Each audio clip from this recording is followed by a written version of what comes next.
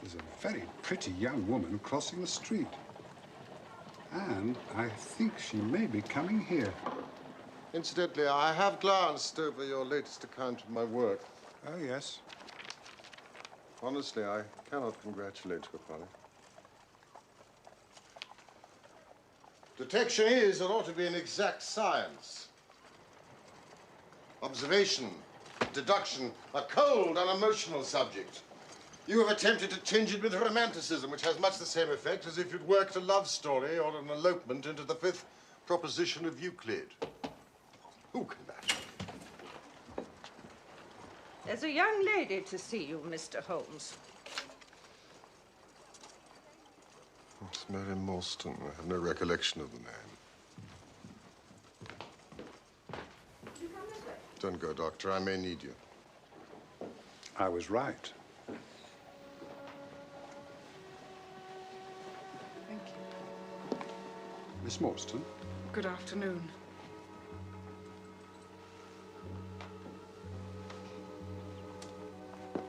I've come to you, Mr. Holmes, because you once enabled my employer, Mrs. Cecil Forrester, to unravel a minor domestic complication. She was much impressed with your kindness and skill. Thank you.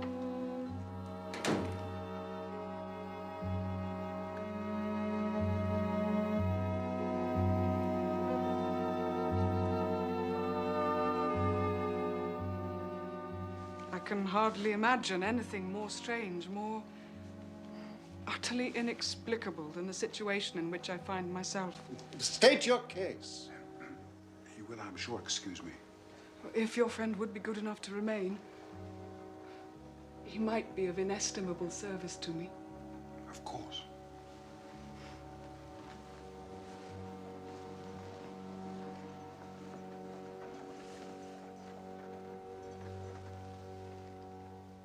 Briefly, the facts are these. My father was an officer in an Indian regiment. My mother died when I was still quite a child, and he was forced to send me home, despite the fact that I had no relatives here. I was placed in a comfortable boarding establishment in Edinburgh, and I remained there until I was 17 years of age. In that same year, my father, who was a senior captain of his regiment, obtained 12 months' leave and returned home. He telegraphed to me from London to say that he'd arrived, all safe, and directed me to come down at once, giving the Langham Hotel as his address. His message, as I remember, was full of love and kindness. On reaching London, I drove straight to the Langham Hotel and was informed that Captain Morstan was staying there, but that he'd gone out the night before and had not returned. So I waited. All day, without news of him. And that night, on the advice of the manager of the hotel, I communicated with the police. The next day, we advertised in all the newspapers. Our inquiries led to no result. From that day to this, no word has ever been heard of my unfortunate father.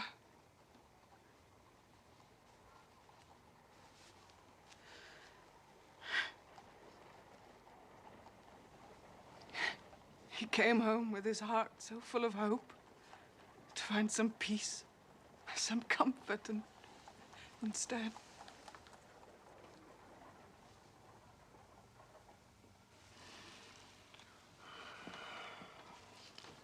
The date?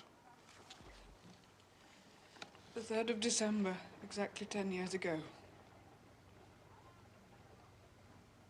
His luggage? Remained at the hotel. Oh, there was nothing in it to suggest a clue. Some clothes, some books, and a considerable number of curiosities from the Andaman Islands. My father had been one of the officers in charge of the conflict guard there. Watson, this place is a mess. Had you any friends in town? Only one, that we know of. Major Sholto of his own regiment. The 34th Bombay Infantry. We communicated with the Major, of course, but he did not seem to know that his brother officer was in England. It's a singular case.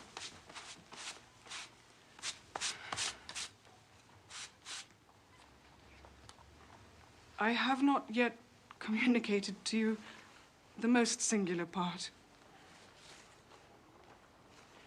4 years later, an advertisement appeared in the Times asking for the address of Miss Mary Morstan and stating that it would be to her advantage to come forward. There was no name appended. I had at the time just entered the family of Mrs. Cecil Forrester in the capacity of governess, and on her advice, I published my address in the advertisement column.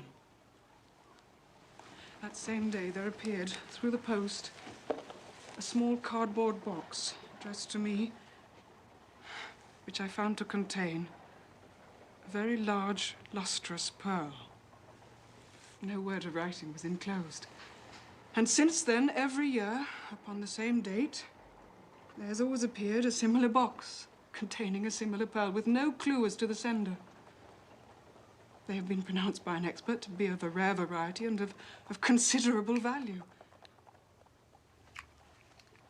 You can see for yourself that they are very handsome.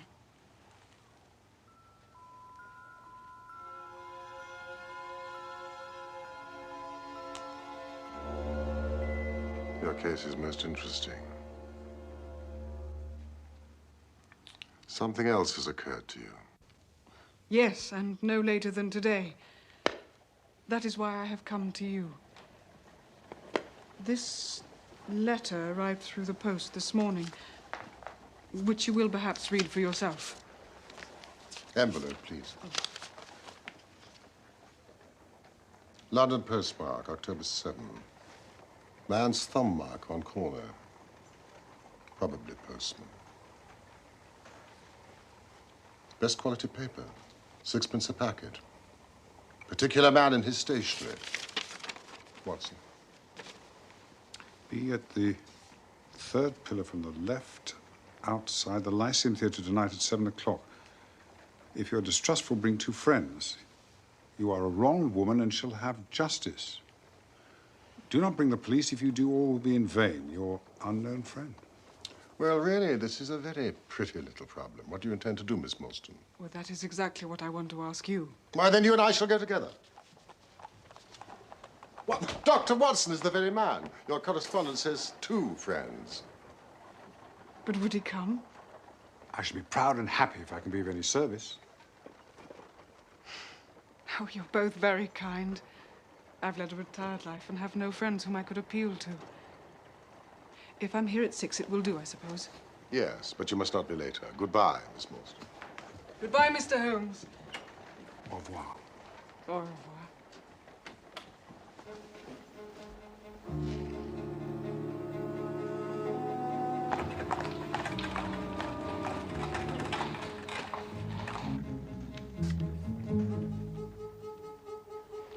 Bye, Flower, dearie. Bye, Flower. Bye, Flower, dearie. What a very attractive woman. It is of the first importance not to allow your judgment to be biased by personal qualities. A client to me is a mere unit, a factor, a problem. Holmes, you're an automaton, a calculating machine. There's something positively inhuman in you at times. I assure you, the most winning woman I ever knew was hanged for poisoning 3 little children for their insurance money. And the most repellent man of my acquaintance is a philanthropist who has spent nearly $250,000 upon the London poor. However, in this case... I never make exceptions. An exception disproves the rule. I'm going out. I'll see you in an hour.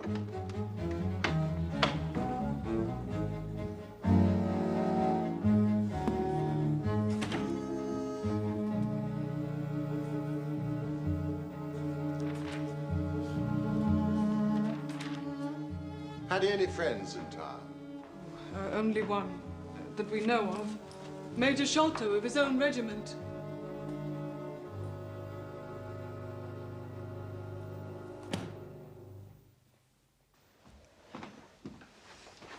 There's no great mystery in this matter. The facts appear to admit only one explanation. Oh, you solved it already? I found on consulting the back files of the Times that Major Sholto of Upper Norwood, late of the 34th Bombay Infantry, died just 6 years ago. Mrs. Hudson, you're dreadfully underfoot. I may be very obtuse, Holmes, but I fail to see what this suggests. Really? You surprise me. Then look at it this way, then. Captain Morstan disappears. The only person in London whom he could have visited is Major Sholto. Major Sholto denies having heard that he was even in London. 4 years later, Sholto dies. Within a week of his death, Captain Morstan's daughter receives a valuable present, which is repeated from year to year, and now culminates in a letter which describes her as a wronged woman. Now, what wrong can it possibly refer to except this deprivation of her father? Take pleasure. Gone. And why should these presents begin immediately after Sholto's death, unless it is that Sholto's heir knows something of the mystery and desires to make compensation? Are you ready, Watson? And waiting. Have you any alternative theory that will meet the facts? What strange compensation, and how strangely made. What time is it? It's a little past the hour.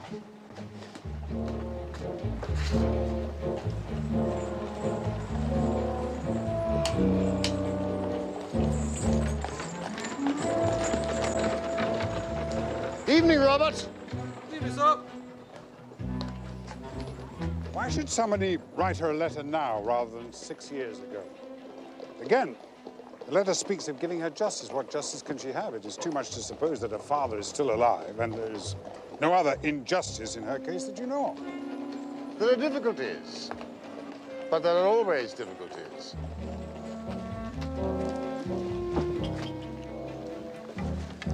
Good evening, Mr. Holmes. I do hope I'm not Good late. evening.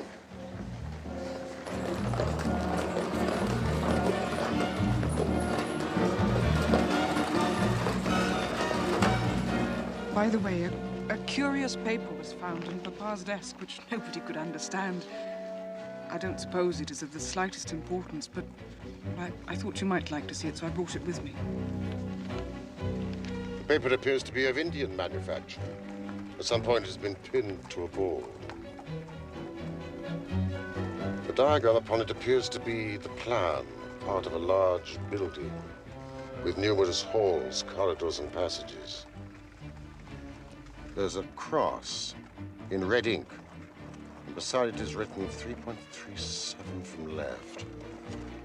There is a curious hieroglyphic, the sign of fall.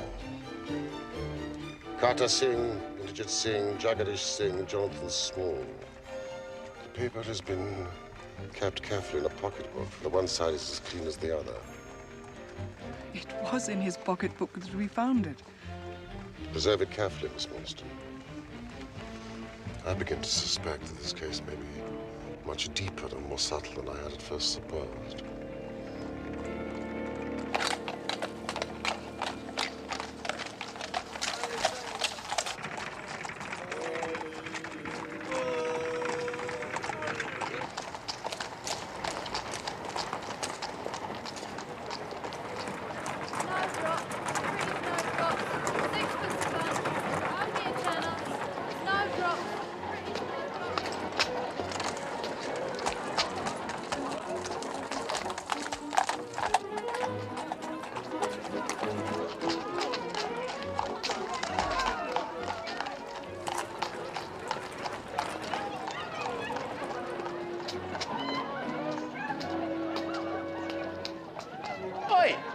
Are you the party who come with Miss Morstan?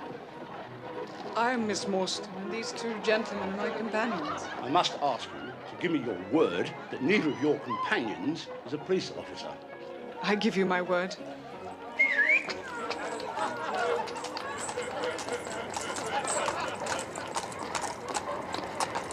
What about some snowdrops for the lady, sir?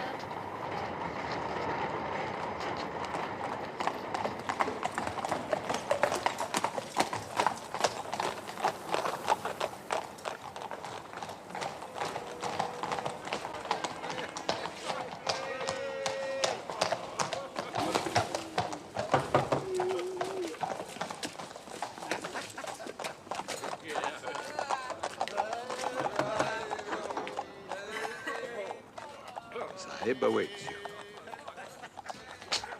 Show them in, Ketmudka. Show them straight in to me.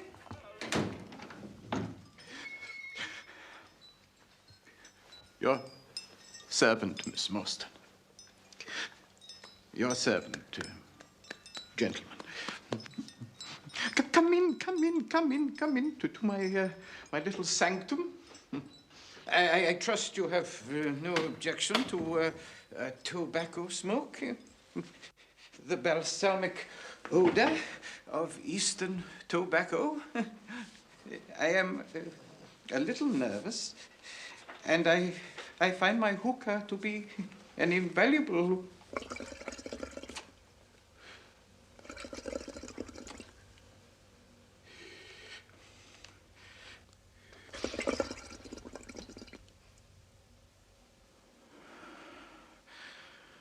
sedative.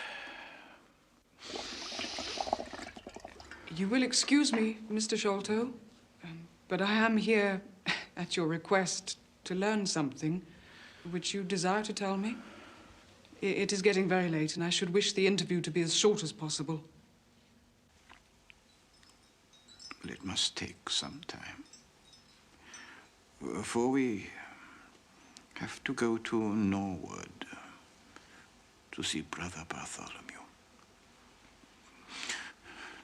We must all see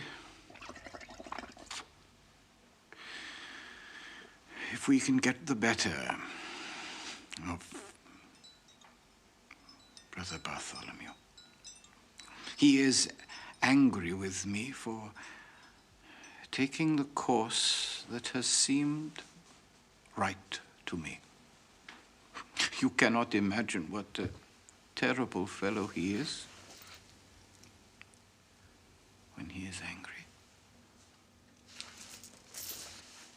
If we are to go to Norwood, it would perhaps be as well if we were to start at once. No. No, that would hardly do.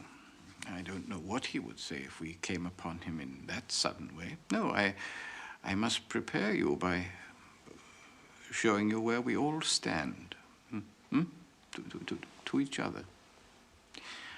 I must lay the facts before you, as I know them myself.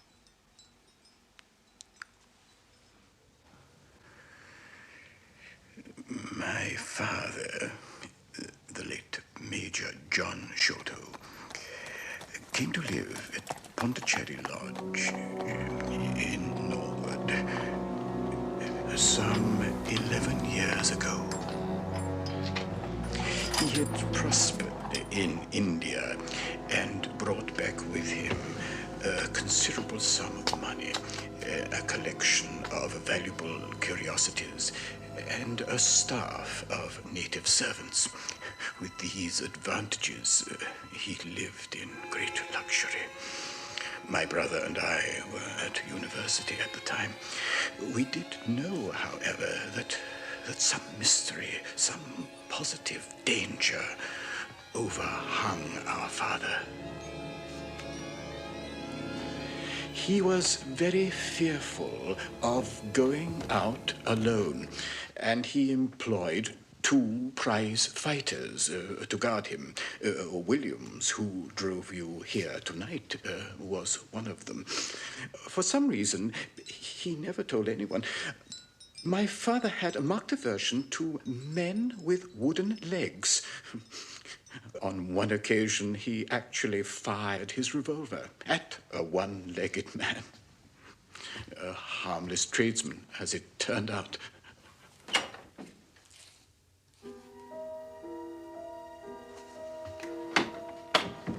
Oh, yes, I remember we had to pay a considerable sum to hush it up. Then, suddenly, my father received a letter. It was obviously a great shock to him.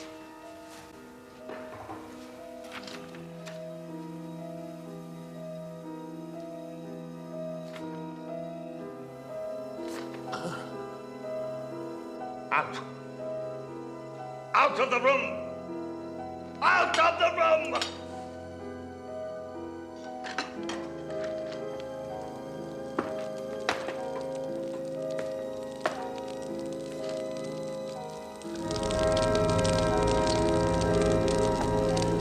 What was in the letter, we could never discover. For years, my father had suffered with an enlarged spleen, and from that moment on, he became rapidly worse. And one night, the doctor informed us there was no hope, and that he wished to make a last communication to us. My dear son,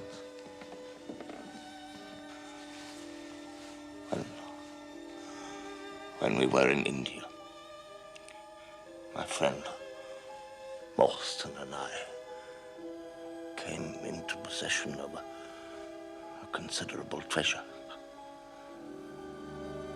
I brought it home with me to this house, where it still lies.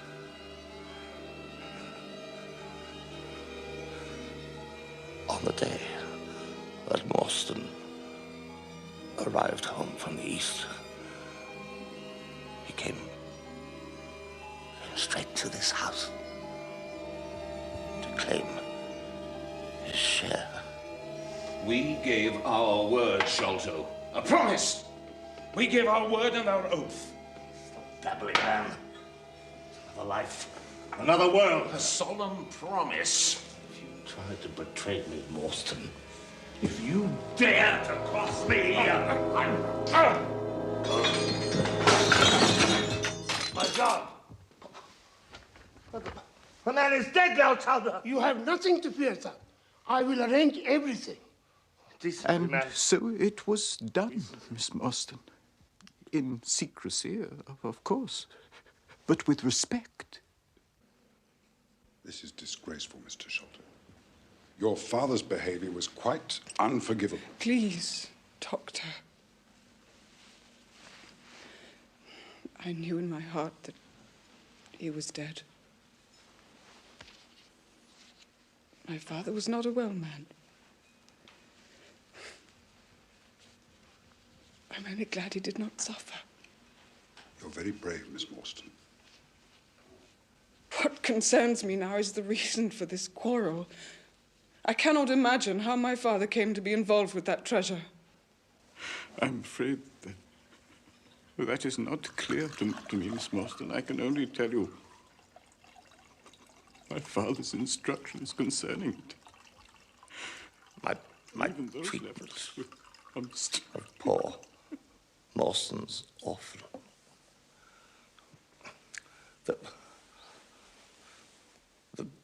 The greed, accursed greed that has been my besetting sin throughout my life has robbed her of the treasure. Half of which, at least, should be hers. You see that chaplet there on the quinine bottle. I had the design of sending it to her, but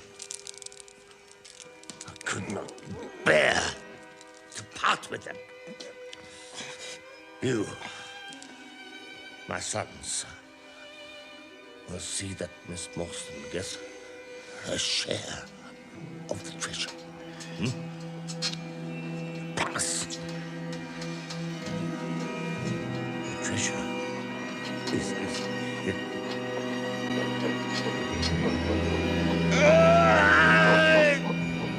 Get him away! For Christ's sake, get him away! We ran to the window and out into the garden, but the intruder was gone. My father was dead. We soon had more striking proof that there were secret agencies at work all around us. The next day, my father's bedroom was broken into, and this was fixed to his chest. Remarkable. It is the Sikh symbol for the numero 4.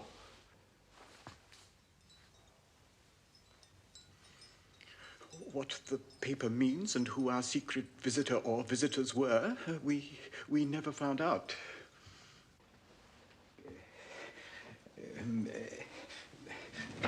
My brother and I were much excited, as you can imagine, of the treasure my father had spoken, but try as we might, we couldn't find it.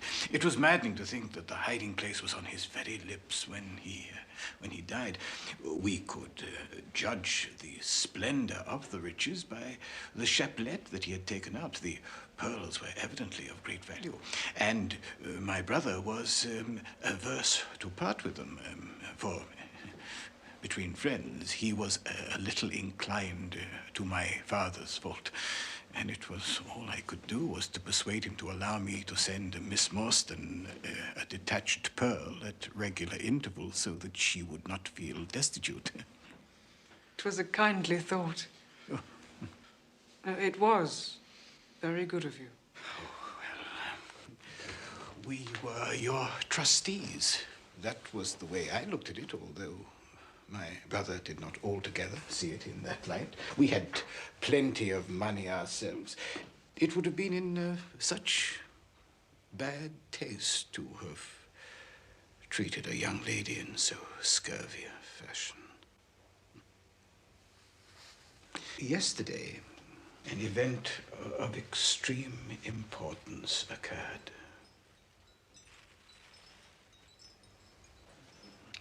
We found the treasure.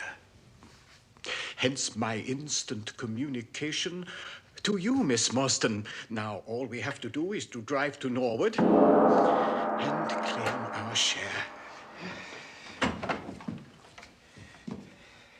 We shall be expected, if not entirely welcome, visitors.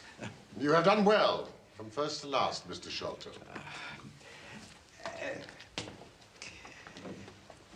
My health is somewhat fragile. I am compelled to be a valetudinarian. Please.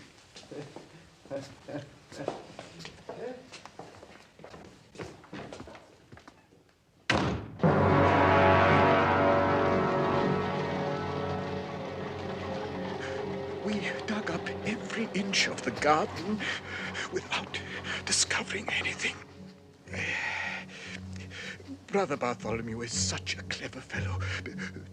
Do you know how he found out where the treasure was? Tell me.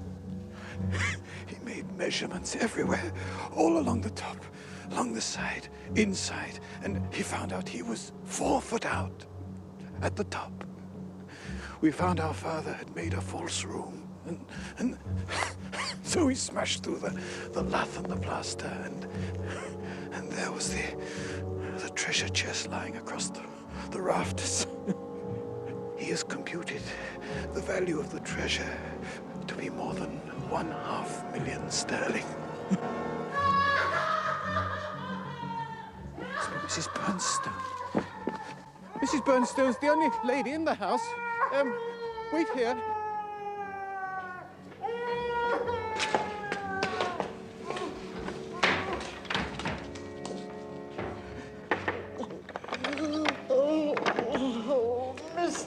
Thaddeus, I'm so glad you've come. I'm so glad you've come, sir. What a strange place.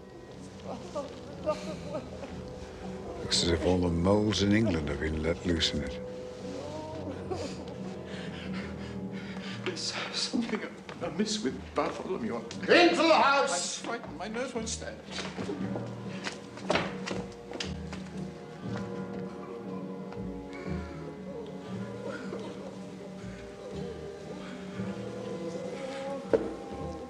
Oh, bless your sweet round face.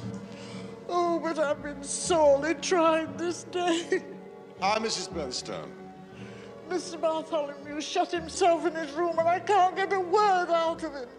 His bed hasn't been slept in and he hasn't been down for any food. I dare not disturb him at his work. You know what he's like when it's at his work.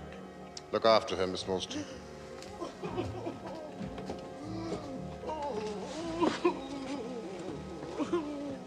There, now do try to calm down. Look, I'm sure everything will be all right. I do hope you're all right, miss. Sit down, Rosie.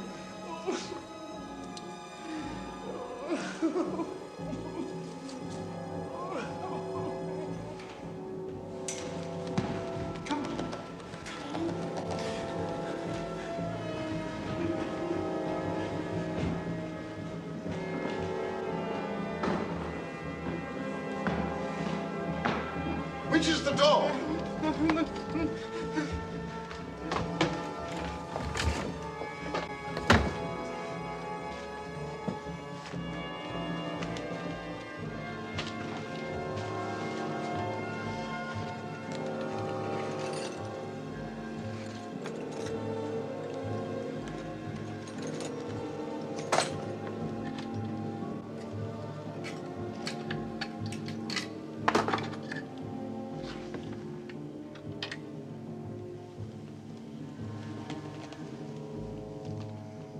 There's something devilish in this, Watson.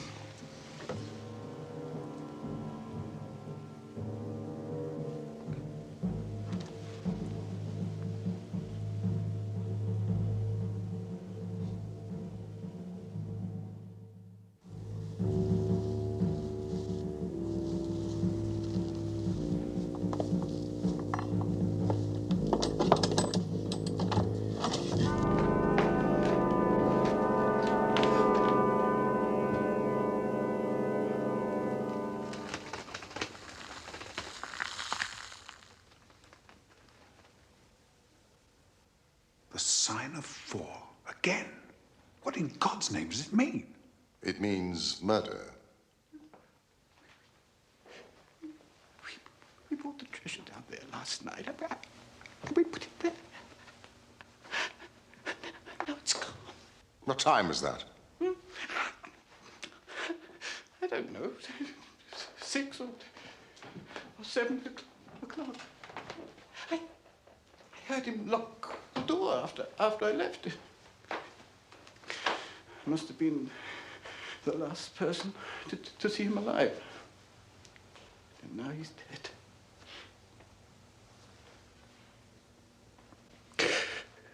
They'll think I did it. They'll think it was me. I wouldn't. I wouldn't have asked you to. Why should I? I'll go mad. I know I'll go mad. Gently, Mr. Shelton. I suggest that you go down to the police station and tell them everything that you know. We shall wait here until you return. Holmes. Look at this. Careful! Forgive me, it's poisoned. Huh. Well, Watson, we have a little time. Let's make the most of it. Oh, this is an insoluble mystery to me. It grows darker instead of clearer. No. It clears every instant. I only required a few missing links to have an entirely connected case. Simple as the case seems now, there may be something deeper underlying it. Now, how did these people come and how did they go? People? Well, it takes more than one, perhaps more than two, to remove a heavy treasure chest from a place like this. The door has not been opened since last night. So how about these windows?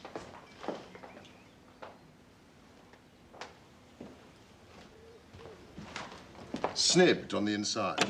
No hinges, therefore. Roof quite out of reach, no drain pipe near. And yet someone has entered this way. Look, Watson. See that scuff on the sill?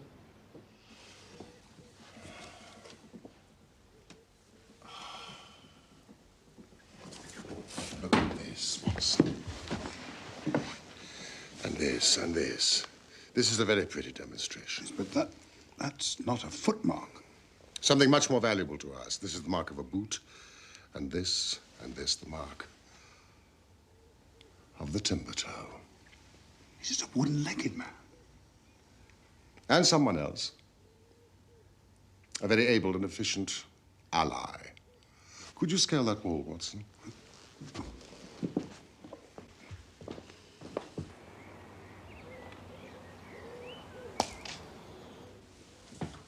Absolutely impossible. Unaided, it is so. But suppose you had a friend who lowered you this good stout rope, securing it first to this ring. I think if you were an active man, you'd be able to swarm up, wooden leg and all. You would depart, of course, in the same fashion, and then your friend would pull up the rope, close the window, snip it on the inside, and depart in the manner he originally came. Well, the thing grows more unintelligible than ever. How about this mysterious ally? How did he get into the room? Yes, this ally. He lifts this case from the regions of the commonplace. Well, the door is locked, the window inaccessible. The grate's too small. How then? You will not follow my precept. How often have I said to you that once you have eliminated the impossible, whatever remains, however improbable, must be the truth.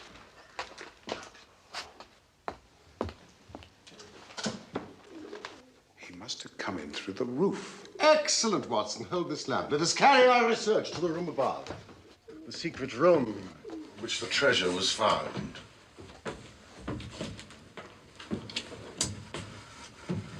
The skylight.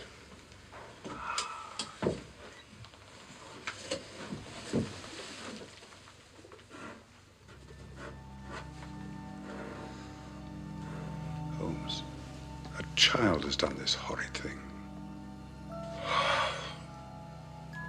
My memory failed me, or I should have been able to foretell it.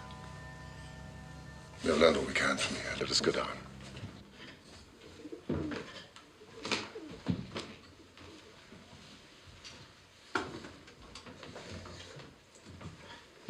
What is your theory about those footmarks?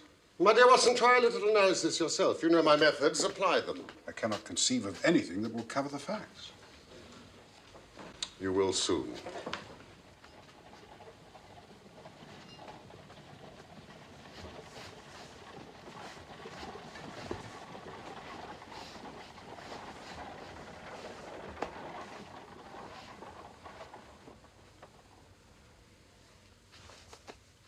We're in luck.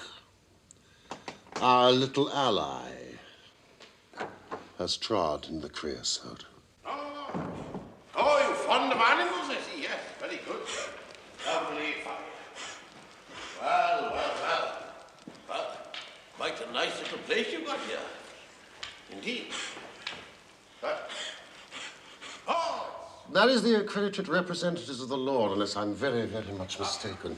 Now, Watson, before they come, what do you make of this poor fellow?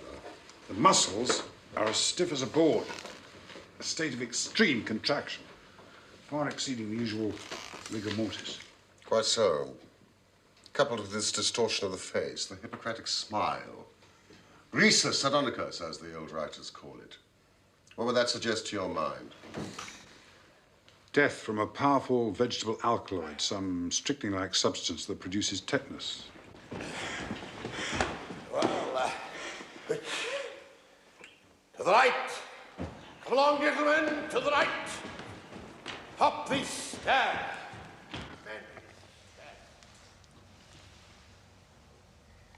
This thorn. Not an English thorn.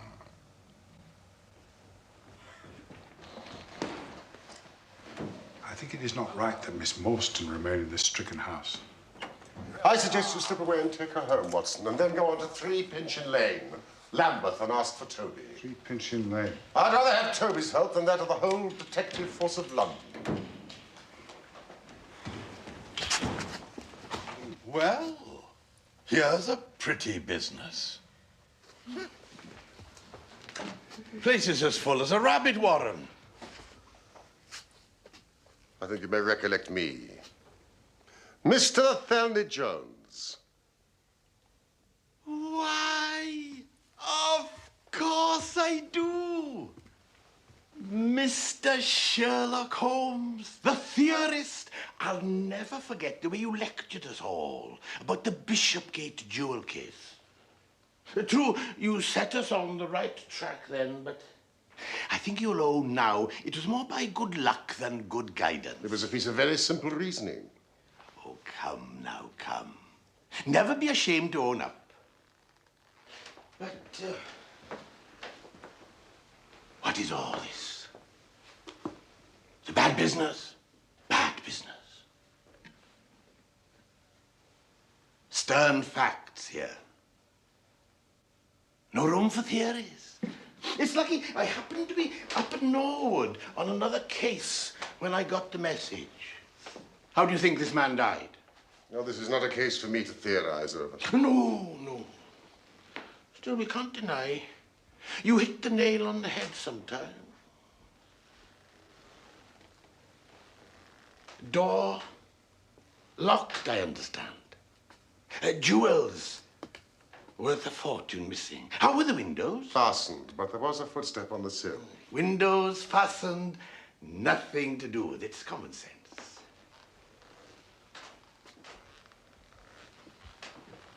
Man could have died in a fit, I suppose. Ah, I have a theory. These flashes come to me sometimes. Sergeant, outside if you please. And you too, Mr. Sholto.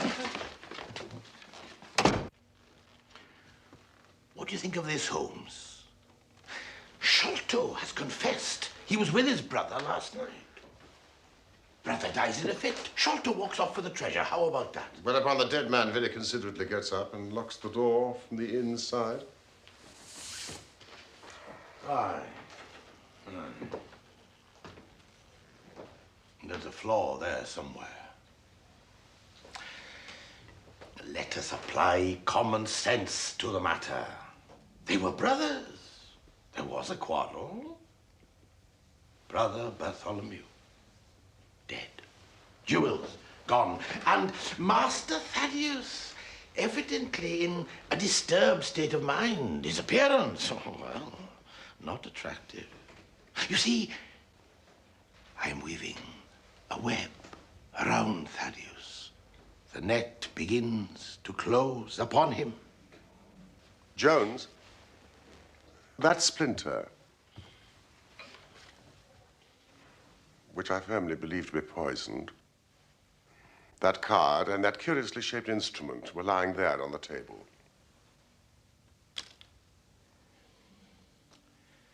Confirms my theory in every respect.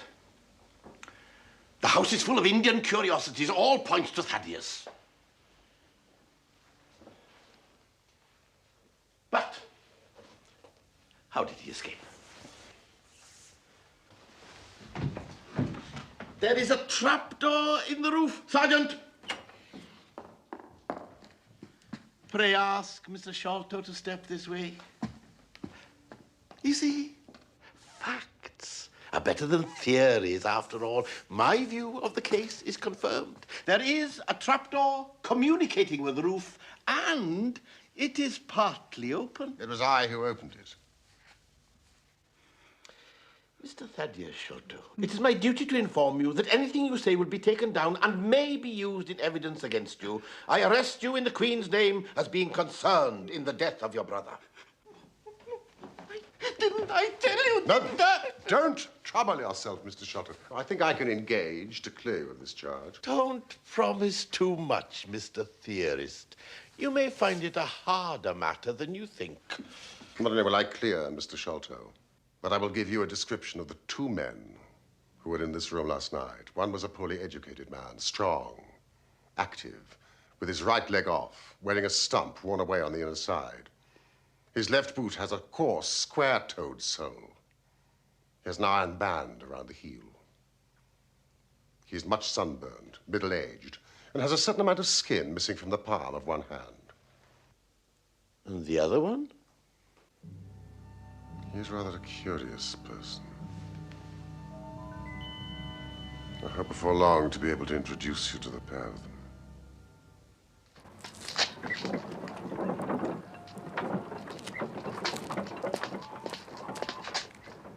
Watson, go to 3 Pinchin Lane, Lambeth, and ask for Toby. I'd rather have Toby's help than that of the whole detective force of London.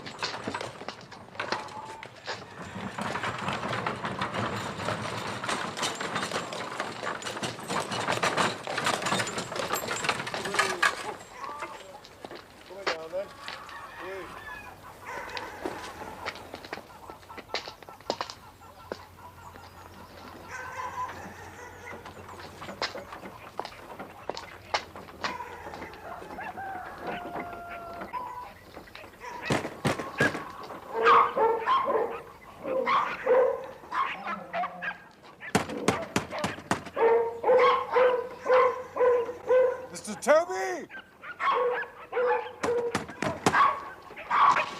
Mr. Toby?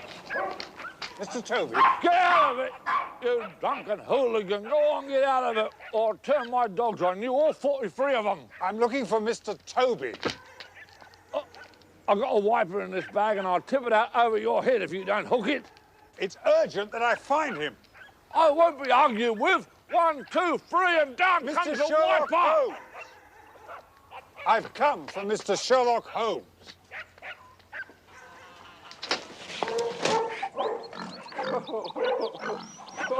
Mr. Sherlock Holmes. Well, who would have thought it? There you are, coffee.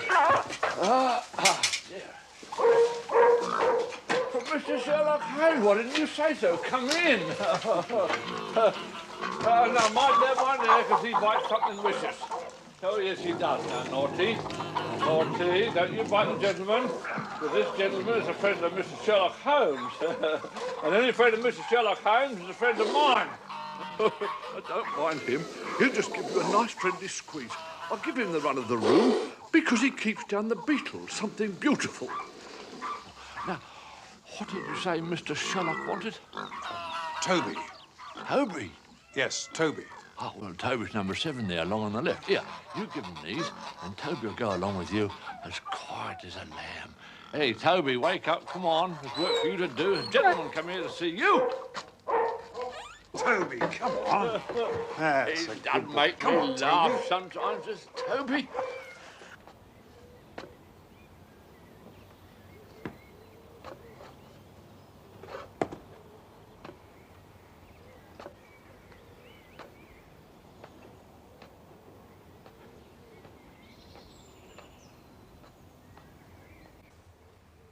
Come on, Toby. Come on. Come on, officer.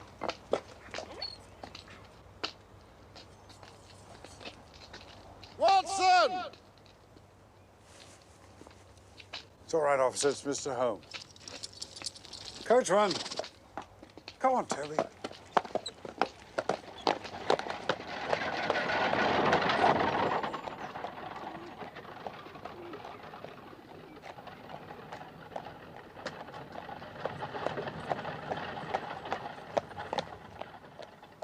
Well done! You've got Toby! Come on. Well, here comes Blondin. I'm coming down.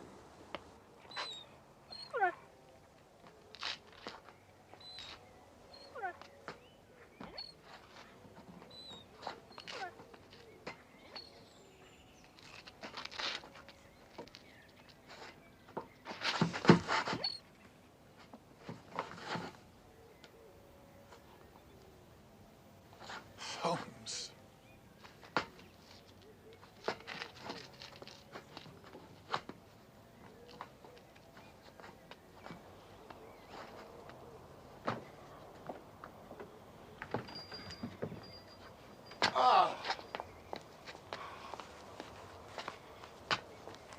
please, Watson. I found them in the gutter. Ah, thank you, Mrs. Bernstone. Do you smell the creosote? Athelney Jones arrested not only Thaddeus, but the gamekeeper, the gatekeeper, and 2 of the Indian servants. I was lucky to escape myself. What hellish thing? Watson, are you on for a bit of a trudge? Of course. You and Toby, game as they come when there's a good holding scent. Now, find him. Go, Toby. Splendid. Seek, Toby. Seek. Go seek him.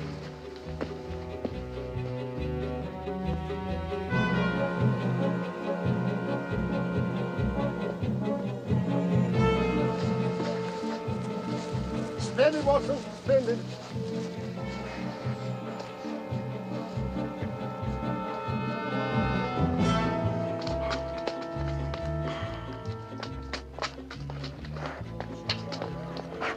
Lucky the rain has stopped. The scent will lie on the road in spite of their start.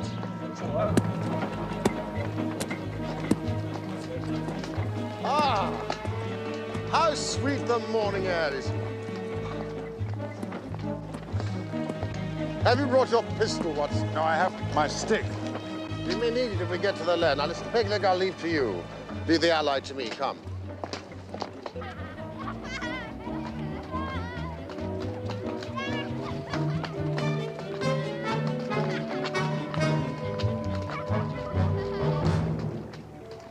Now, what the deuce is the matter with the dog?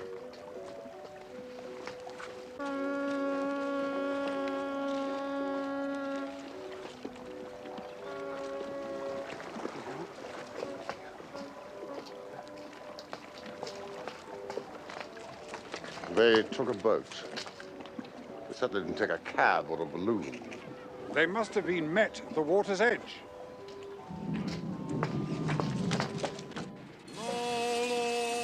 Toby! Toby! Toby!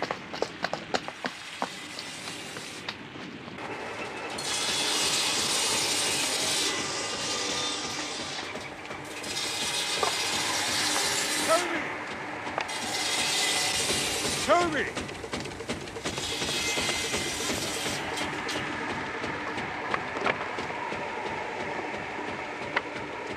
He's lost his character for infallibility. No. Toby's not to blame. Those barrels are filled with creosote. The scent is divided. So, like good huntsman, Watson, we must cast the dog again and find the true one. Toby! Toby!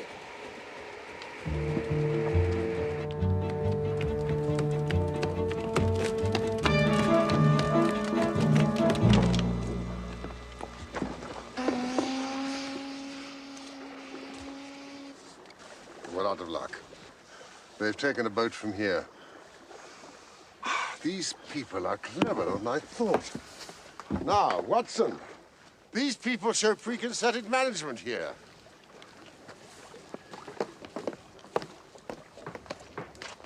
Mordecai Smith.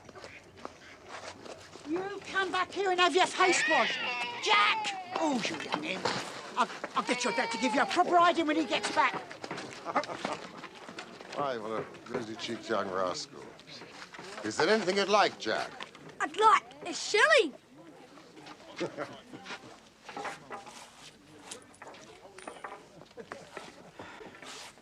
Fine young lad you've got there, Mrs. Smith. Lord bless you, sir, he is that, and forward.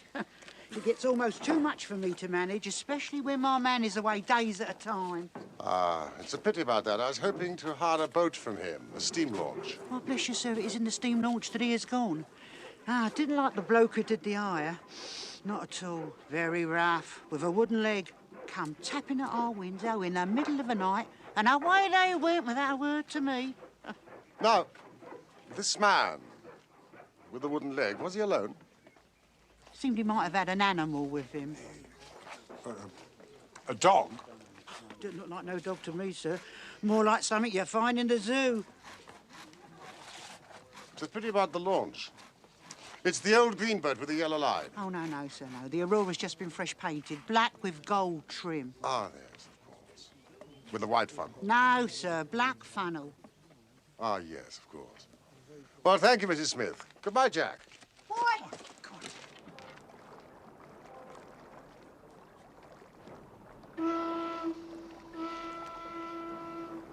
The main thing with people of that sort is never to let them think their information is of the slightest importance to you. If you do, they will instantly shut up like an oyster. Well, our course seems pretty clear now. What would you do then? Well, get on the track of the Aurora. It would take days, if not months, to search every wharf and landing place and yard between here and Greenwich. What do you propose? As our quarry has no reason to fear that he's being hunted, I propose first of all a bath. And shave, and then a good meal, and then some hours of sleep. At the same time, mobilizing the Baker Street division of the Detective Police Force. In other words, the irregulars.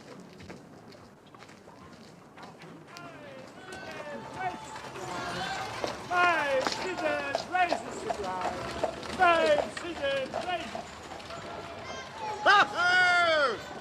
Oh, the energetic Jones and the ubiquitous reporter have fixed up the case between them. Watson, look at this. Here. This...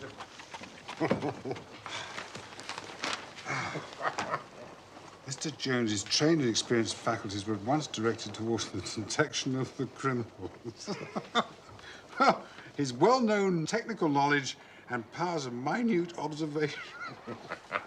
Well, it gets better still.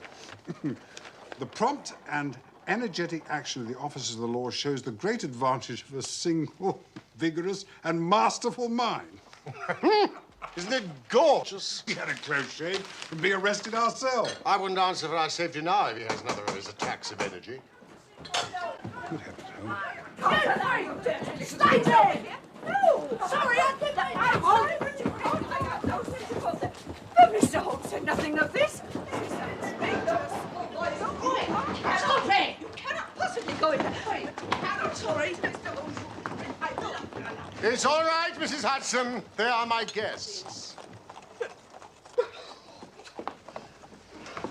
Look, hats off. I got your message. I bought them up sharp. 3 bob and a tenner for the tickets. Now, Wiggins, in future, they can report to you and you to me. I cannot have the house invaded in this way. Oi, stop that. Hey! Sorry. Now, I want you to find the steamboat Aurora. Aurora. Owner, Mordecai Smith. Black with gold trim. Richmond to Gravesend, both sides of the river. Right, sir. How much? Old scale of pay. A guinea to the boy who finds the boat. Here is a day in advance.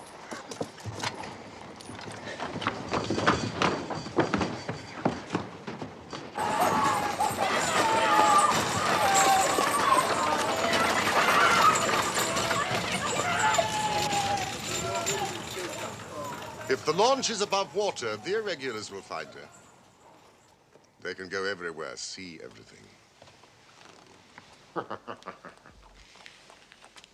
If our man had an easy task, this of ours ought to be. Wooden-legged men are not so common, and this other man must be unique. The Aborigines of the Andaman Islands may perhaps claim the distinction of being the smallest race upon this earth. They are a fierce, morose, and intractable people. They're capable of forming the most devoted friendships when their confidence has once been gained. They have always been a terror to shipwrecked crews, braining the survivors with their stone-headed clubs or shooting them with poisoned arrows. These massacres are usually concluded by a cannibal feast.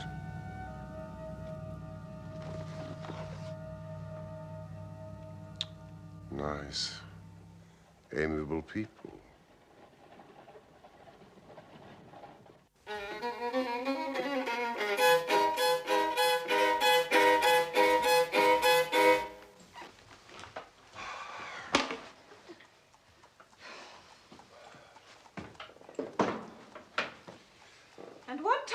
like your dinner, Mr. Holmes? 8:30, the day after tomorrow.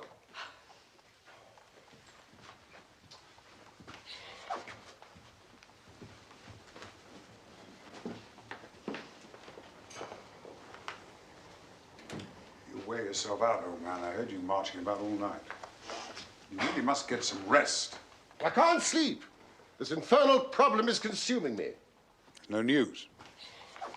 None. None whatsoever. The whole river's been searched on both sides. Mrs. Smith's not heard from her husband. It's too much. To be balked by so petty an obstacle when all else has been overcome.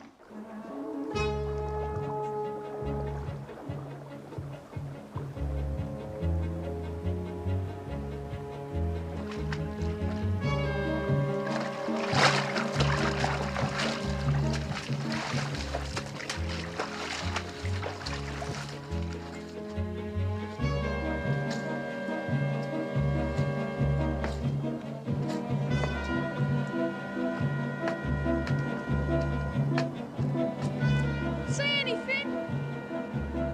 No, nothing.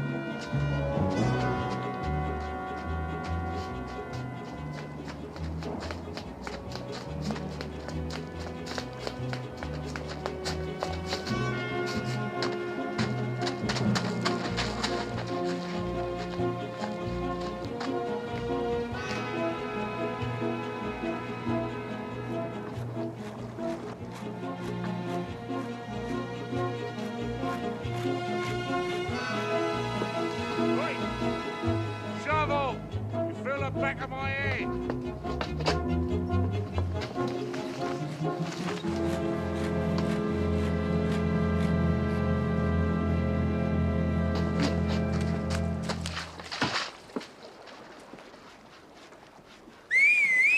I won't kill you again, boy. Oi!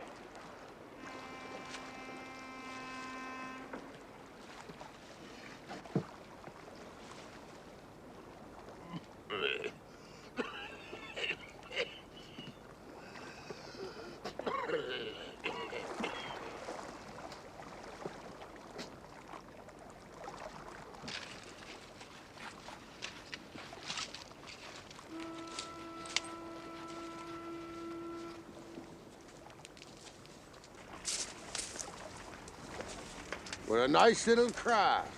Aye. This is a good boat, this. We built her here in this yard. Fastest boat on the river. What's she in for? Repairs to a rudder. That's the order. I can't find anything amiss with it. I want her in the water by 6 o'clock tonight. Fully cold and steam up. Right, Mr. Smith, she'll be ready. 6 o'clock sharp, mind. For I've two gentlemen that'll not be kept waiting. Right. It's this Norwood case, Doctor. I've had a great deal to worry and try me. And this case is a very dark one, too. Thank you. I should be most grateful for Mr. Holmes's help. Your friend is a wonderful man and not to be beat. Well, you may be in for a long wait. No, I don't think so. Go to Baker Street at once. If I have not returned, wait for me. I am close on the track of the Sholto gang. Come with us tonight if you want to be in at the kill. Good. So he's on the scent again. He's been at fault too, has he? Huh? Even the best of us are thrown off sometimes.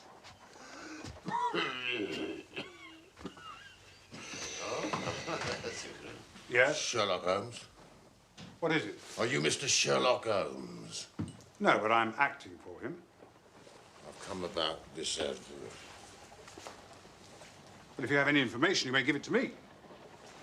There's a reward. Is that about the steam launch Aurora? I'm telling no one but Mr. Sherlock Holmes. No. Come inside. I'm a police officer. You look like one. No, you will be recompensed for your loss of time. You will not have long to wait. Sit down.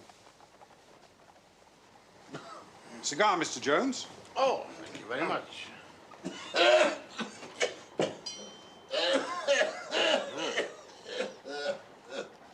As I was saying, Doctor, I consider your friend, Mr. Sherlock Holmes, is a man not to be beat. He would have made a most promising police officer, I don't care who knows it, with a little more discipline and a lot less theory. Thank you. You might offer me one.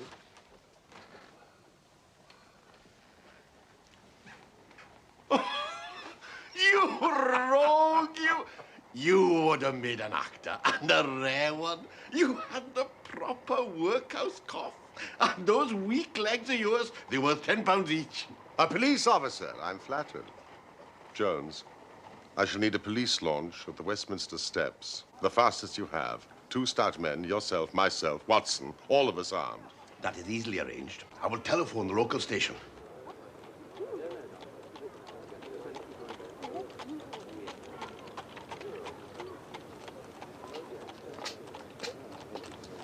We go to the Tower. Stop opposite Jacobson's Yard.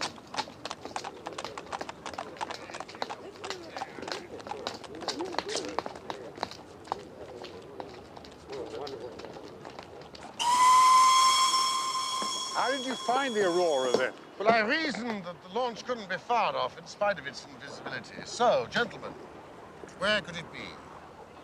Well, out of the water, I suppose. In a repair or boat builder's yard. Exactly.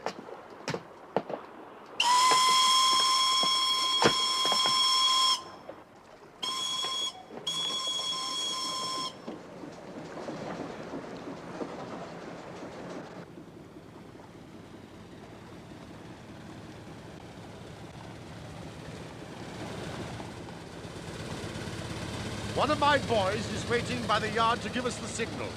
You've planned it all very neatly, Mr. Holmes. But if the affair were in my hands, I should have a body of police in the yard and arrested them when they came down. Which would have been never. This man, Small, is a pretty shrewd fellow. Anything suspicious and he would lie snug for another week. Sir, we're opposite Jacobson's Yard now. Shall we move downstream a little? No.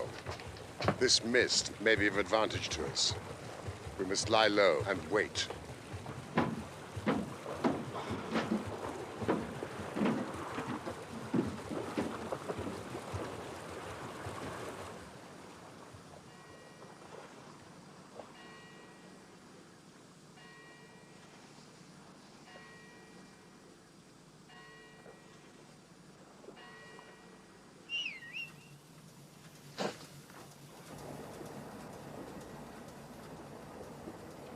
Your boy's signaling!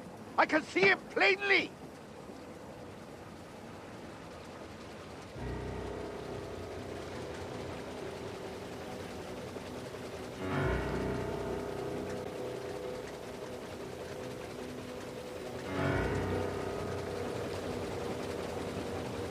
There's the Aurora. Going like the devil. She is very fast. I doubt if we shall catch her. We must catch her. Pile it on, stokers! I'll never forgive myself if she proves to have the heels of us.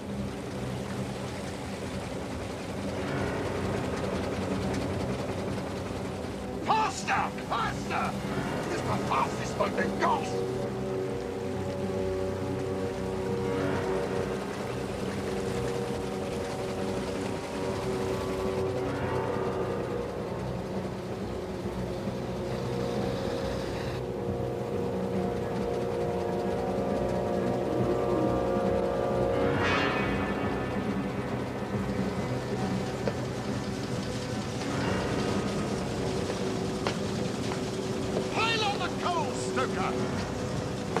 We must have her, even if we burn the boat.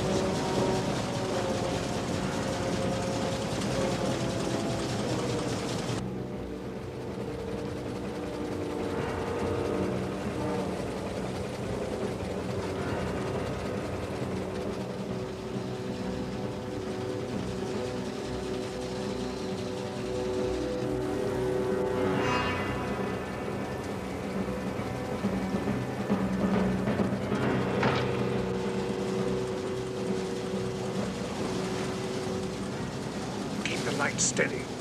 I can almost make out his companion.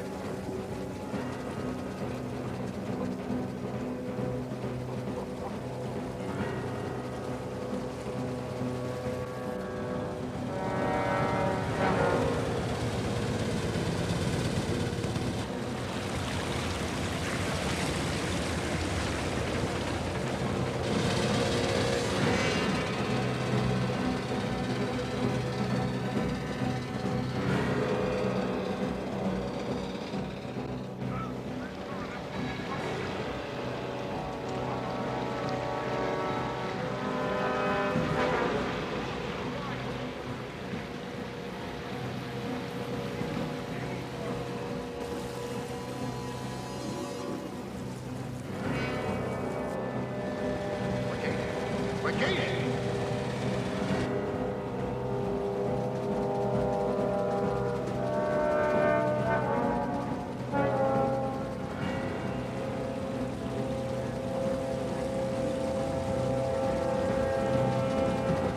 Pile it on, soldier. Give it all the steam you've got. I think we gained a little. I'm sure we shall be up here in a minute.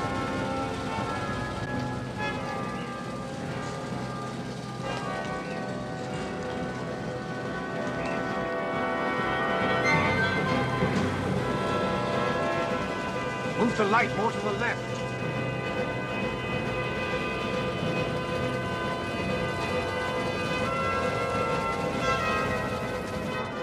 Keep it steady.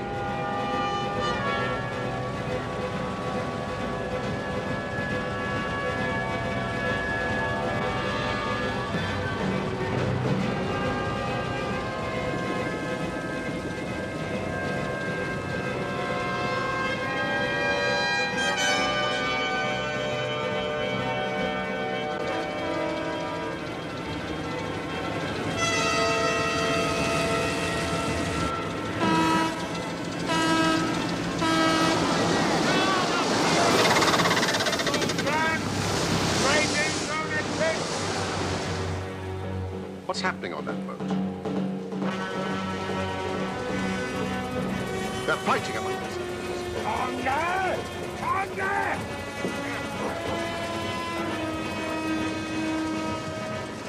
Pegleg. Stop! Police!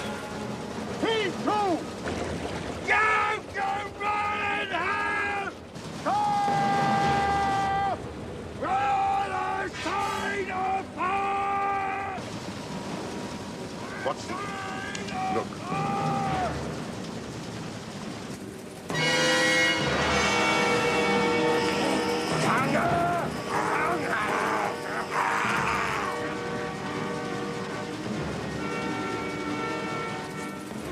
What a face.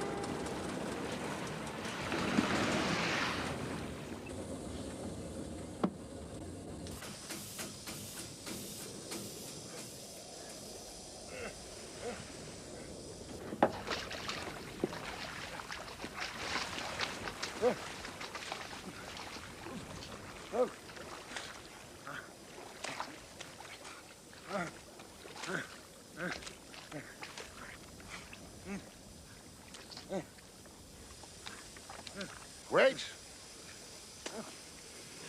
Wait. Let him wear himself out.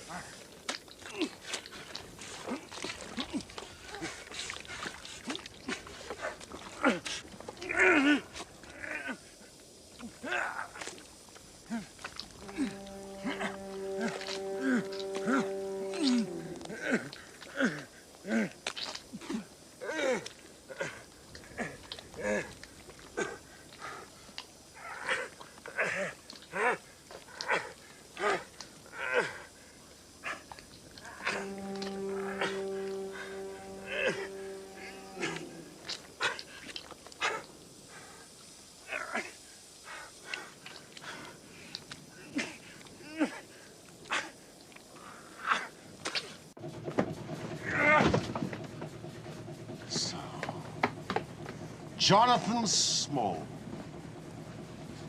I'm sorry it has come to this. And so am I, sir. And I give you my word, gentlemen, I never laid hands on young Mr. Sholto. Of course you didn't. Your little friend's dart killed him while you were still climbing the rope.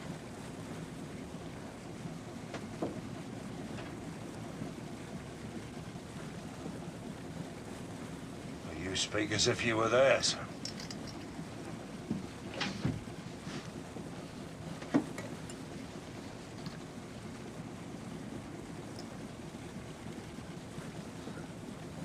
Well, if it had been old Major Sholto, I would have swung for him with a light heart. But to be lugged over this young Sholto, it's cursed hard. Let's make a clean breast of it. If you do, I may be of use to you. Quite a family party. Huh? I just would have pulled that flask myself. Now, how are you going, Small? Here's Maralda at Gravesend. Outward bound for the Brazils. I nearly made it. Another man at the engines and you'd never have caught us. Where's the key, my man? At the bottom of the river. Now, look here. We've had enough of you tonight, Small. Bring the captain, man! I'm warning you! It's all right, Constable. We're nearly at the steps. I suggest that we go back to Baker Street, and I think Miss Morstan should be there.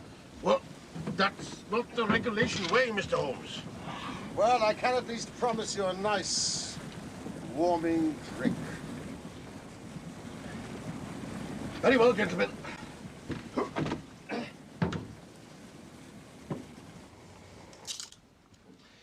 Well, Miss Morstan, I am pleased and proud to have been able to bring the thief to justice. Justice?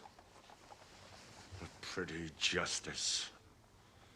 Whose loot is this if it is not ours? Where is the justice that I should give it up to those that have never earned it? You forget, Small, we know nothing of this matter. We cannot tell how far justice may have originally been on your side.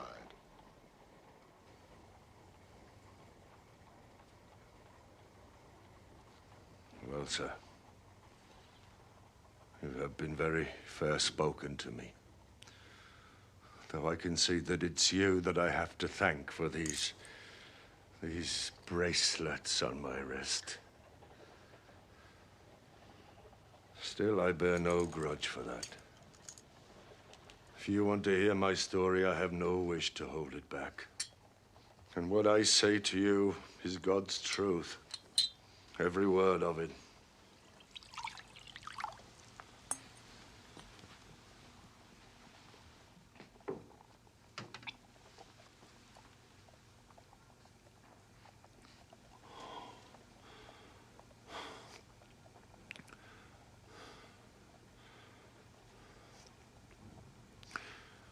When I was a lad, I took the Queen's shilling and was posted out to India with the 3rd Buffs.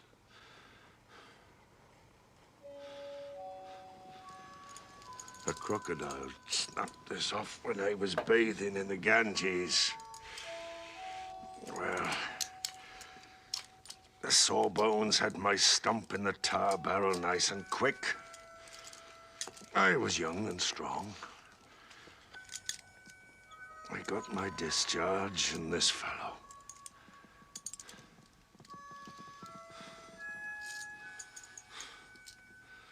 He's been a good support to me. So there I was, a cripple at 20. But I liked it out there.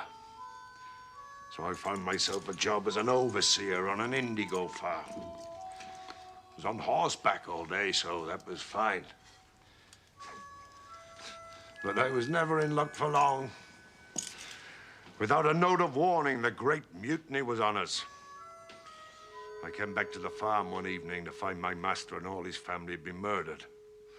I didn't wait. By that same evening, I was in the fort of Agra, the nearest city still held by the British. The old fort of Agra. It's a queer place. Huge. It's full of passages and ruins. More entrances than you can count. There were many gates, and because I was an ex-soldier and British, they put me in charge of one of them and gave me a couple of Sikhs who'd stayed loyal to us. It was a lonely place. My two Punjabis were experienced fighting men. Kartar Singh and Inderjit Singh.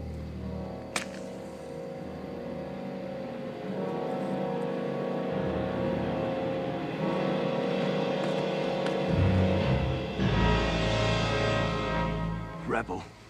No, Sahib. The fort is safe. There are no rebels this side of the river. You must be with us, or you must be silenced forever. With you? How? We want you to be rich, which is why you British came to this land. Well, I have no objection to being rich. Then swear by the bones of your father to raise no hand and speak no word against us now or ever afterwards. Then you will have quarter of the treasure. But there are only 3 of us.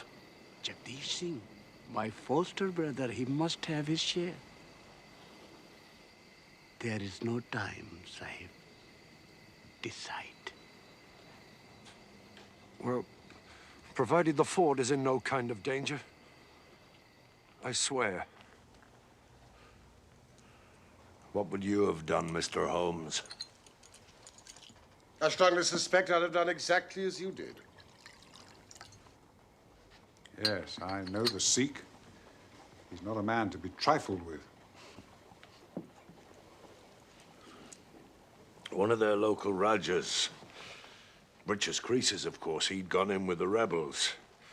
But he wanted to hedge his bet, just in case the British came out on top. So he made a plot to get half his treasure hidden in the fort of Agra, sending one of his men with it in the guise of a merchant. And Jagdish Singh, Kartar's brother, to be the guide.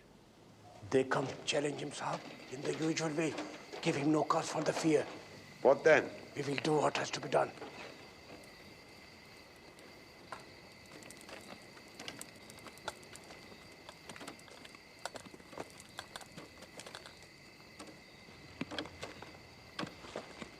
Who goes there? Friend Sahib. Advance and be recognized.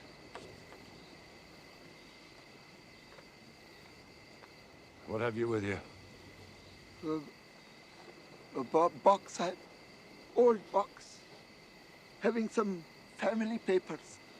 No good to nobody, Sahib. Only for myself.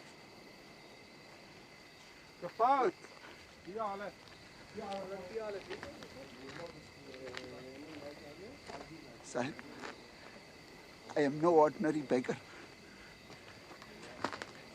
You will have money, Sahib, and Governor Sahib also.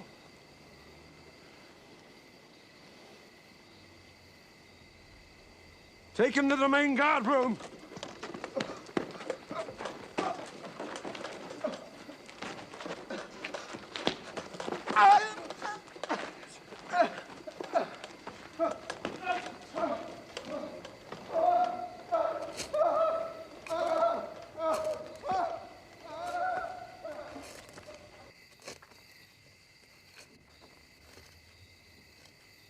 Never was a man more compassed round with death.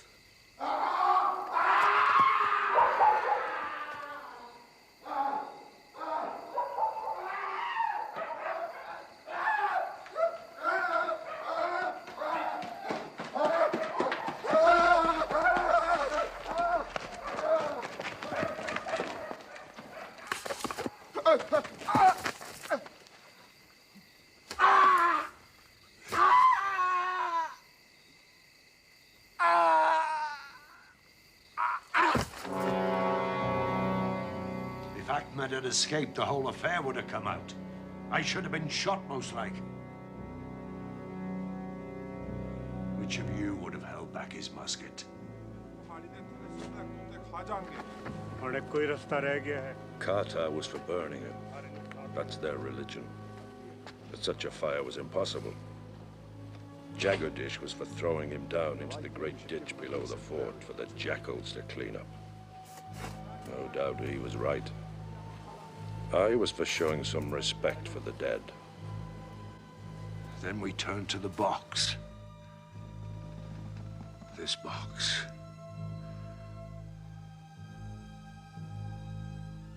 Inside were more gems than I could ever even have dreamed of.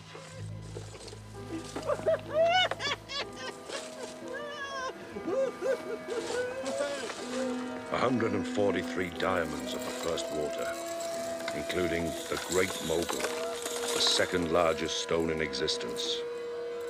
97 emeralds, 170 rubies, 40 carbuncles, 61 agates.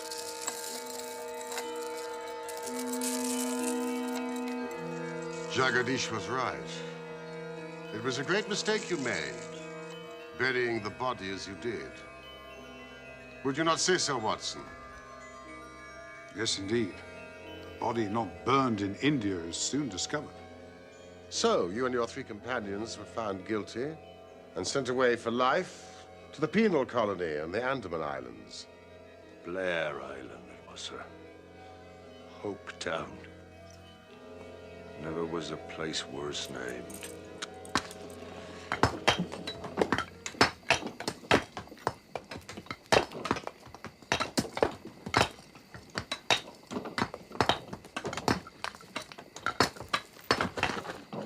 It was a place to sweat, a place to rot, a place to die.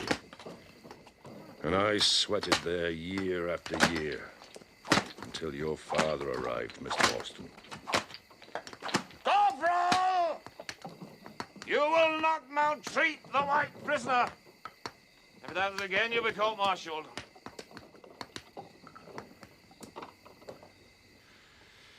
He was our administrative officer, and he gave me a nice, cushy billet in the dispensary.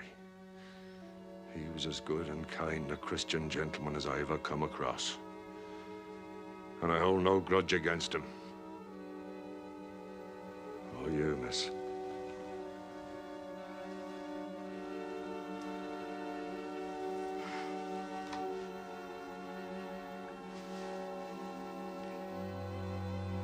Thank you, Mr. Small.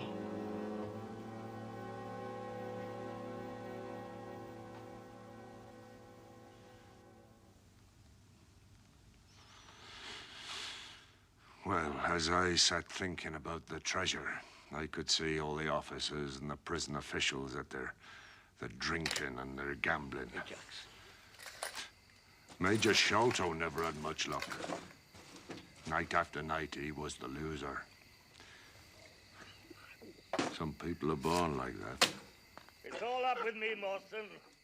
I'm ruined. I shall have to send in my papers. I don't suppose you could manage another couple of hundred, eh? I've had a pretty nasty facer myself. And I've a daughter back home to support. And I've got 2 wretched sons. Ruined, eh? Damn pity. So, you decided to approach your benefactor, Captain Morstan. He was often in the dispensary. The tropical climate didn't agree with him. His heart was weak and his blood was all poisoned. Knowing that he would wish to share any arrangement with his friend, the officer in command, Major Sholto. Yes, sir. It seemed the safest way. It is your own private concern, over which, of course, you have the power of disposing as you think best. Thank you for that advice, sir. Thank you indeed. But the fact is, being in the position I am, I need help.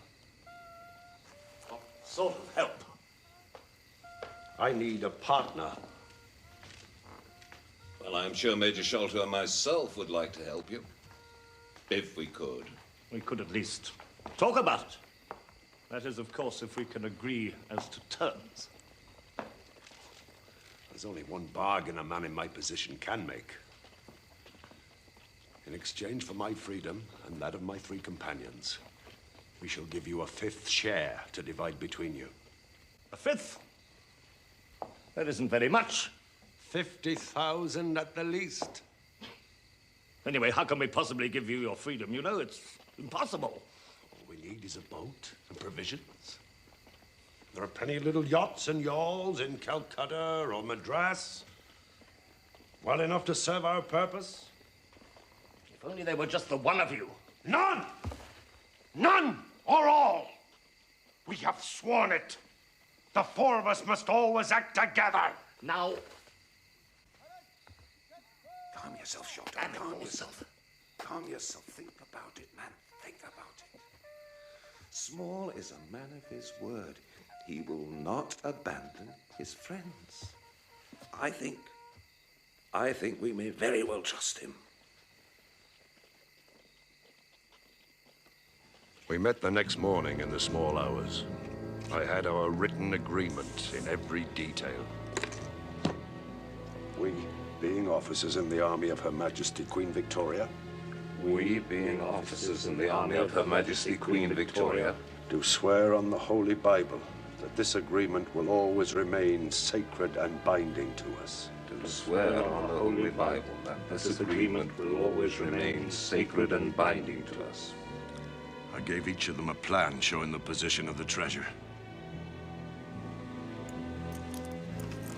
Look at that.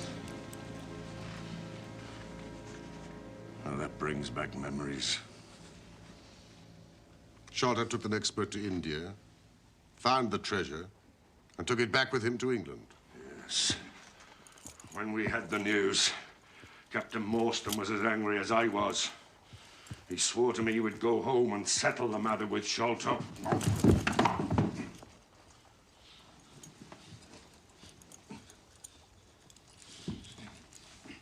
And so he would, if he'd lived. But that was not to be.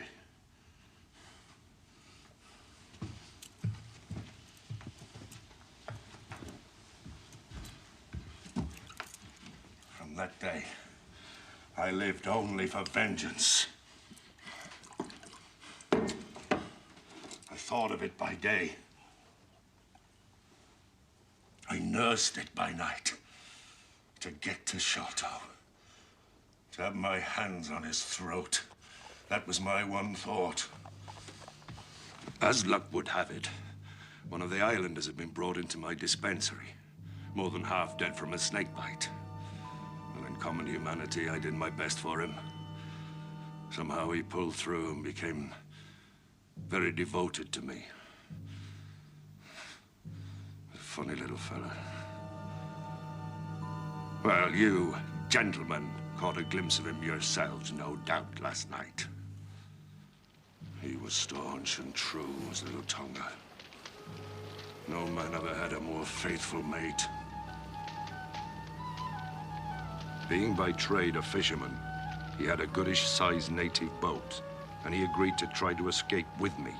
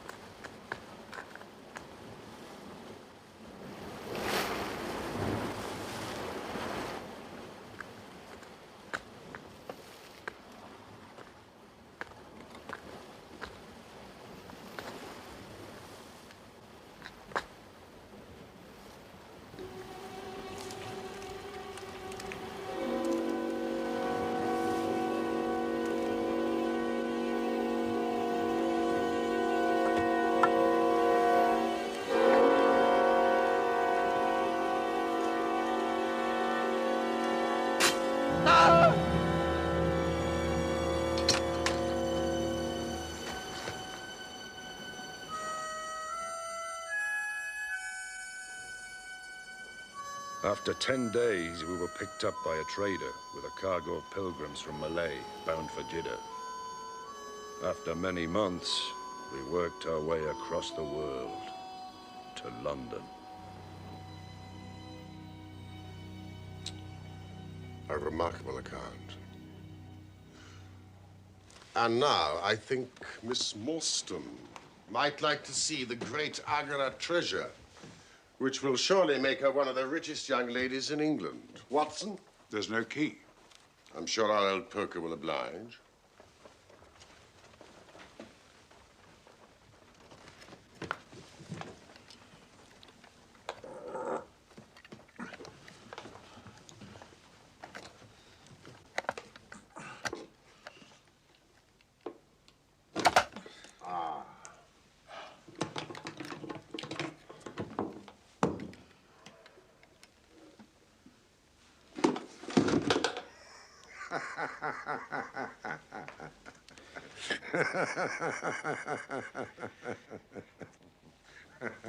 This is your doing, Small.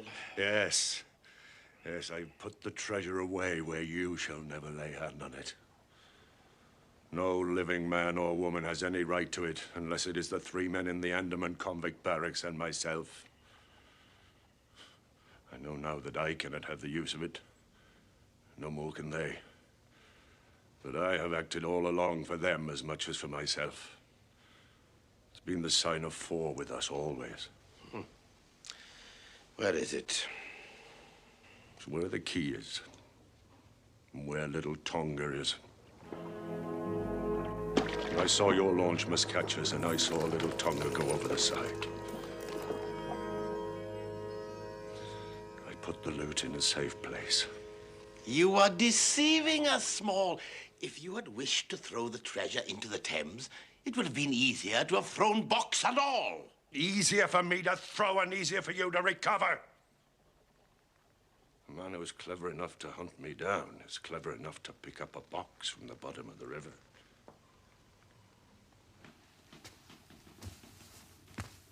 I am sorry. Oh, I'm glad the treasure is lost.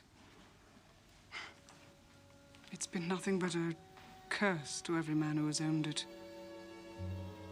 An early death to my poor father. And slavery for life to me and my companions. I spent the first half of my life digging a breakwater in the Andamans. And I'm likely to spend the other half digging ditches on Dartmoor. Well, Holmes, duty is duty, and I've gone rather far in bringing him here. I shall feel more at ease when I have our storyteller here under lock and key. I am obliged to you for your assistance. Good day to you, Dr. Watson, Miss Morstan.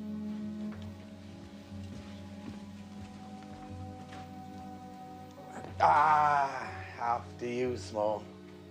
You seem a bit handy with that wooden leg of yours.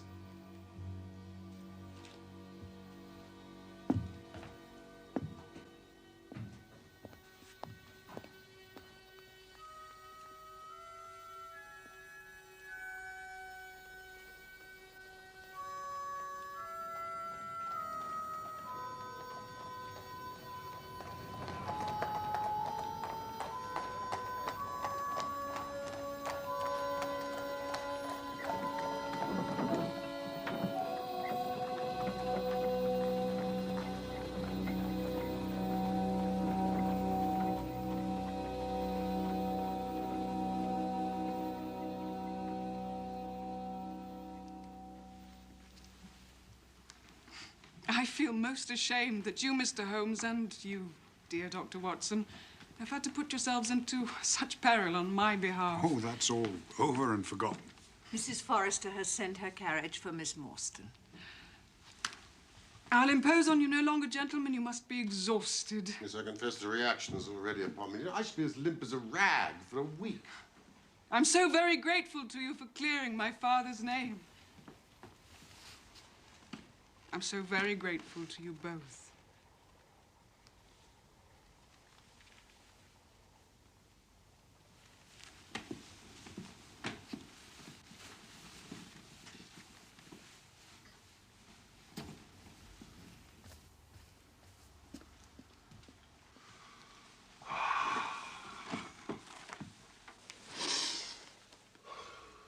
seems so unfair.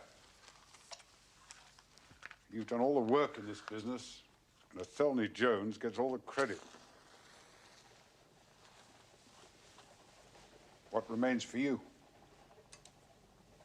For me, the pleasure of having solved an interesting case, almost single-handed. And for you, no doubt, the pleasure of writing it up in your usual florid and romantic style.